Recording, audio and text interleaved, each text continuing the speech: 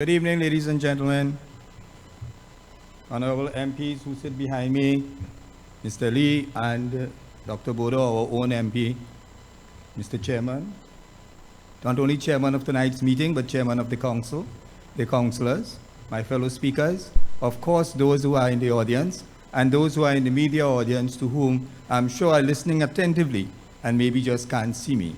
But I'm assured that I will try to wake you up. I only hope to tickle your intelligence, nothing more. So I just want to start off. I am going to do my little session, though given 7 minutes, but to talk a little bit about education and more so about during the time of the pandemic and maybe education in general. So our chairman started by talking about the laptops. It took a visionary government and more so a visionary leader to say that the whole world was going into a part of getting into IT and all these type of things so that our children needed laptops and so forth, because many of us do online learning from other countries, we said. But the present government did not see that. As he said, why give the children that? They're going to break it up. Because they are accustomed not with that, they will use it as toys. But even the toys have a purpose. Now when the pandemic came, they are struggling and begging because they cut it off. They shut down everything, from the train line to Petrotrain. PNM government shut down everything. So I will refer to them as the shutdown government. The only thing they have to do now is shut down themselves. But we're moving on.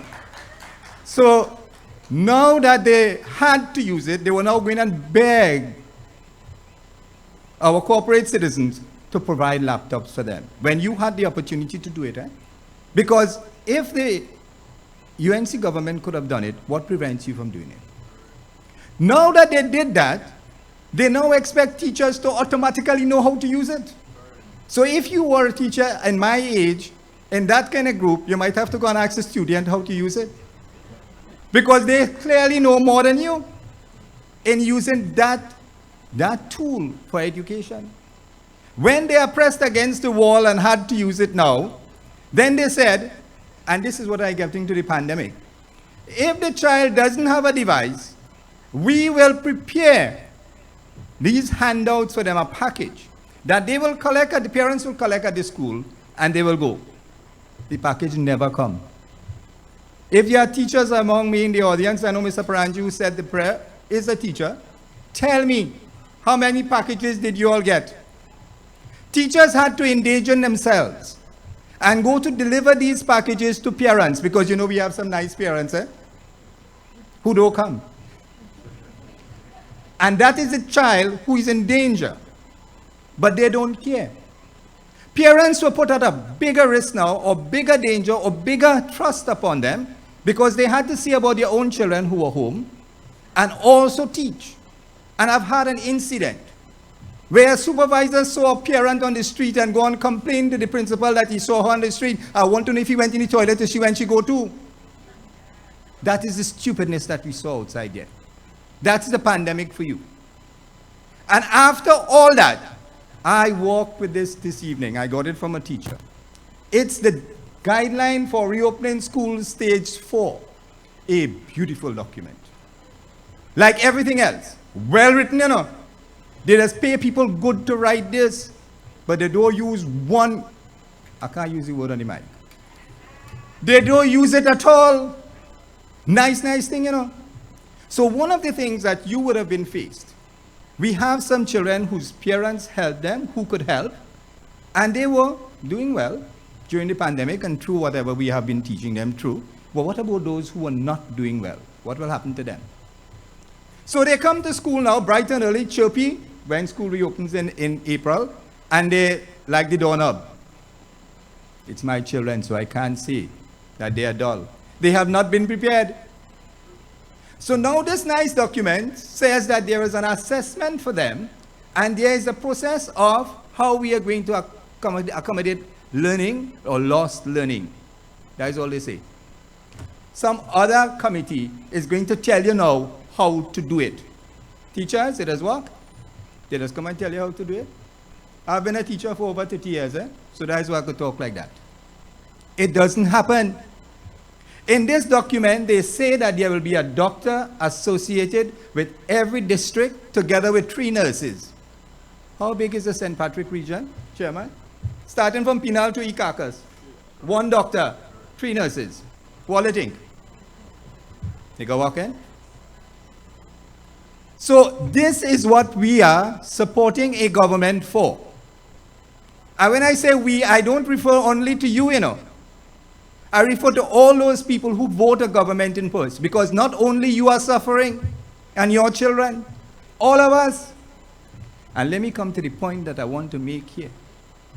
These children who have been deprived of an education, even those who are going to school, how many contact hours they had? Maybe the maximum might be about 4 to 5 hours a week.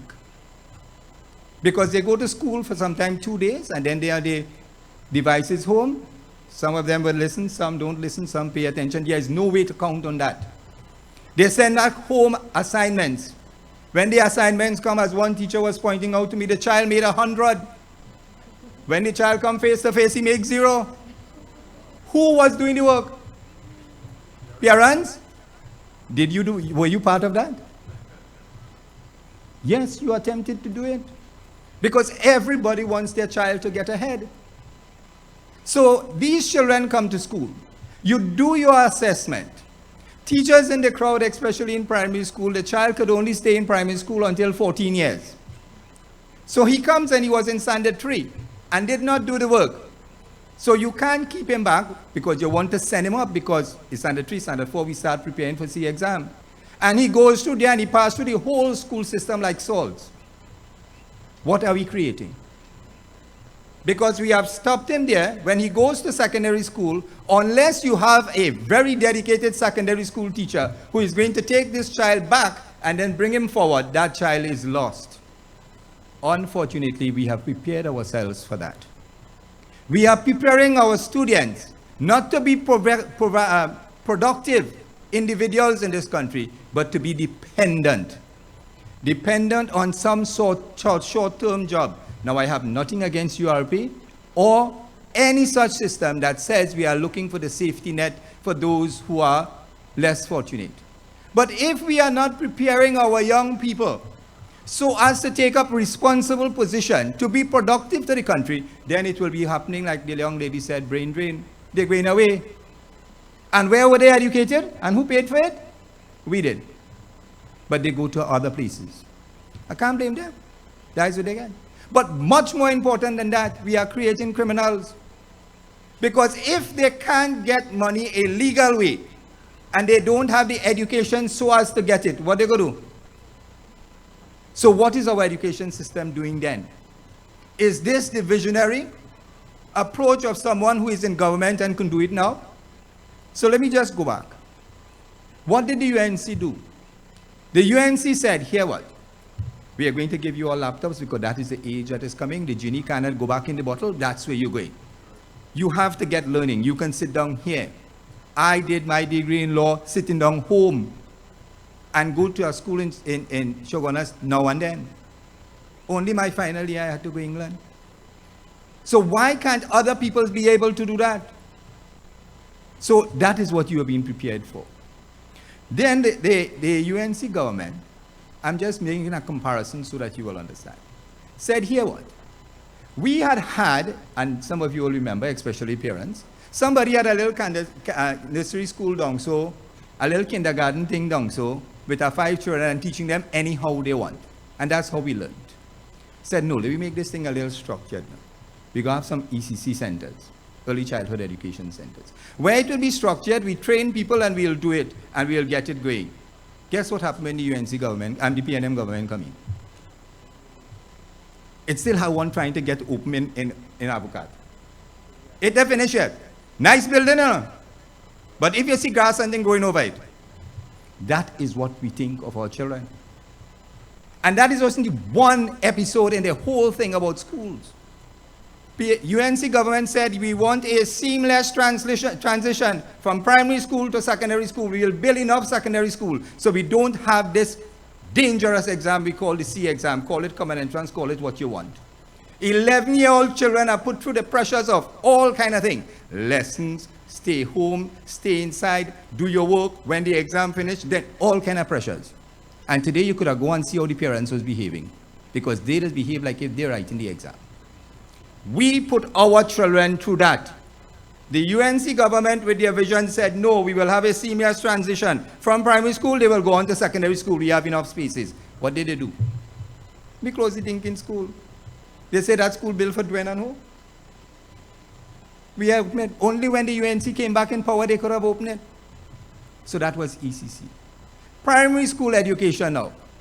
Some of your parents who have children will remember there was something that was called continuous assessment component.